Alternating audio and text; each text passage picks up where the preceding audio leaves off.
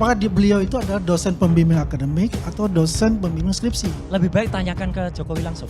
Yang pertama saya ingin menyampaikan penghargaan yang setinggi-tingginya kepada teknologi hasil hutan. Ada satu lagi yang dibangun, dibuat, didirikan tahun 78, yaitu konservasi sumber daya hutan. Pak Joko itu kan sarjana teknologi kayu kehutanan. hutan ya? Iya, kehutanan. Teknologi kayu kehutanan. Hutan ya? Iya, kehutanan. Teknologi kayu. Apakah Pak Kasmijo itu dosen pembimbing akademik? Kasmujo. Kasmujo itu Pak dosen. Apakah beliau itu adalah dosen pembimbing akademik atau dosen pembimbing skripsi? Lebih baik tanyakan ke Jokowi langsung. yang pertama saya ingin menyampaikan penghargaan yang setinggi-tingginya kepada dosen pembimbing saya Bapak Kasmujo. Beliau itu dulu waktu membimbing saya, seingat saya galak sekali. Saya bisa menyelesaikan skripsi saya, pun saya lupa juga bolak-baliknya berapa kali. Karena begitu maju dibentak balik, begitu maju dibentak kok galak sekali. Jokowi pada saat wawancara tahun 2017, beliau mengatakan, ini loh dosen pembimbing saya. Dia nggak nyebut akademik, nggak nyebut skripsi. Tapi saya bolak-balik. Dosen pembimbing akademik, apakah mengharuskan mahasiswa bolak-balik? Enggak, Pak Andi. Itu dosen pembimbing skripsi. Dan yang paling menarik Pak kan, bukti rekamannya ada. Berkali-kali Jokowi mengatakan pembimbing saya adalah Pak Kasmujo. Nama satupun nama Pak Kasmujo nggak ada di sini. Padahal itu dosen pembimbingnya. Apa jadinya seorang Kasmujo kalau kemudian nama bapak tuh nggak ditulis di sini? Nah ini skripsinya siapa? Kalau kemudian ini nggak ada nama Pak Kasmujo. Yang jelas, kalaupun beliau tidak tanda tangan di sini, Pak Kasmujo, dia setidak-tidaknya penghormatan pasti ditulis tuh di prakata itu, pasti. Kalau enggak ya malin kundang itu dia. Ini kan nggak balance. Ini nggak balance ya. Untuk informasi ini. Saya bisa menyelesaikan skripsi saya. Sekali lagi Pak Kasmujo, saya mengaturkan banyak terima kasih karena bimbingan Bapak di jurusan teknologi kayu.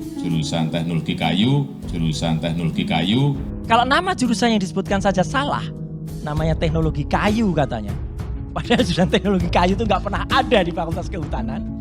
Ini artinya mahasiswa apa gitu loh. Jurusan Fakultas Kehutanan itu hanya 3 tadinya.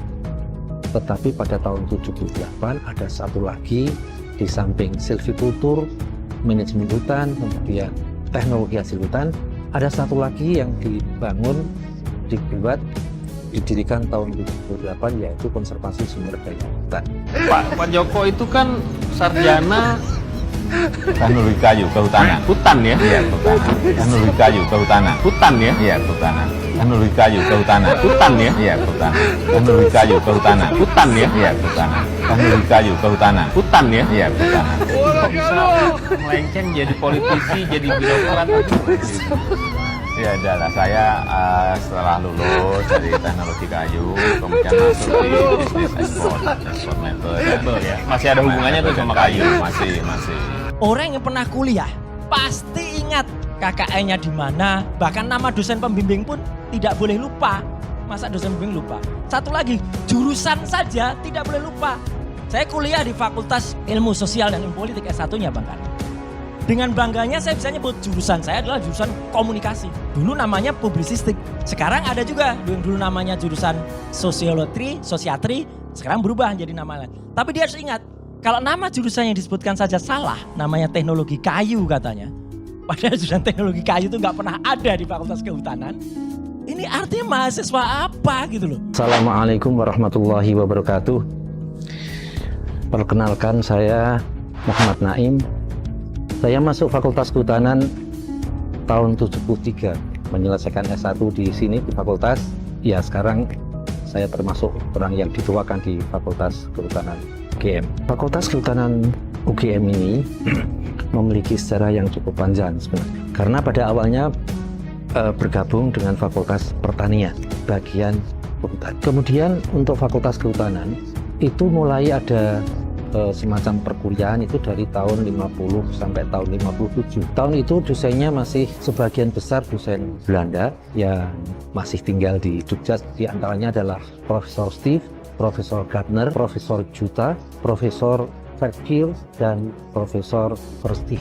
Mereka mengajar bidang-bidang silvikultur, bidang perencanaan hutan dan manajemen. Dosen Indonesianya itu adalah Insinyur Sudarwono, Harjo Sudiro, Insinyur Sumaryo, Insinyur Sunaryo, Insinyur Aten Kuswanda, yang semuanya merupakan dosen terbang. Tahun 62 sampai 67 itu betul-betul Fakultas Kehutanan mengalami satu krisis yang luar biasa, terutama krisis yang terkait dengan keberadaan dosen.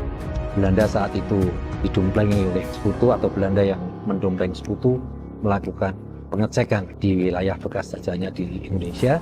Pada saat itu sekutu tidak berhasil menguasai Indonesia dan akhirnya semua staf pengajar, peneliti-peneliti Belanda disuruh kembali ke tanah tumpah darah Belanda. Pada saat itu sistem pendidikan yang dianut adalah sistem bebas, yaitu di tahun 50-57 itu sistem bebas, sedangkan tahun 62-67 itu sistem bebas dengan adanya kenaikan kelas. Tahun 78 sampai tahun 98 kurikulumnya berubah menjadi sistem graded semester, dan itu mahasiswa diharuskan mengambil salah satu dari 4 jurusan itu sejak awal. Yang tadinya jurusan Fakultas Kehutanan itu hanya 3 tadinya, tetapi pada tahun 78 ada satu lagi di samping silvikultur, manajemen hutan, kemudian teknologi hasil hutan, ada satu lagi yang dibangun,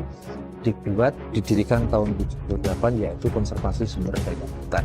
Apa yang dimaksud kehutanan secara umum? Jadi mahasiswa dari mulai mengambil mata kuliah mengumpulkan SKS sampai 120 SKS itu semua materi yang diambil itu sama. Artinya 4 jurusan itu mengambil sama-sama mengambil materi yang sama. Tetapi setelah 120 sampai lulusannya 144 SKS, maka mereka diberikan kesempatan untuk memperdalam minat silvikultur, minat konservasi sumber daya hutan, minat manajemen hutan maupun minat teknologi hasil hutan. Di Fakultas Kehutanan memang tidak sama dengan fakultas-fakultas yang lain, karena memang aturan dari Dikti menunjukkan bahwa untuk Fakultas Kehutanan itu hanya cukup 1 prodi.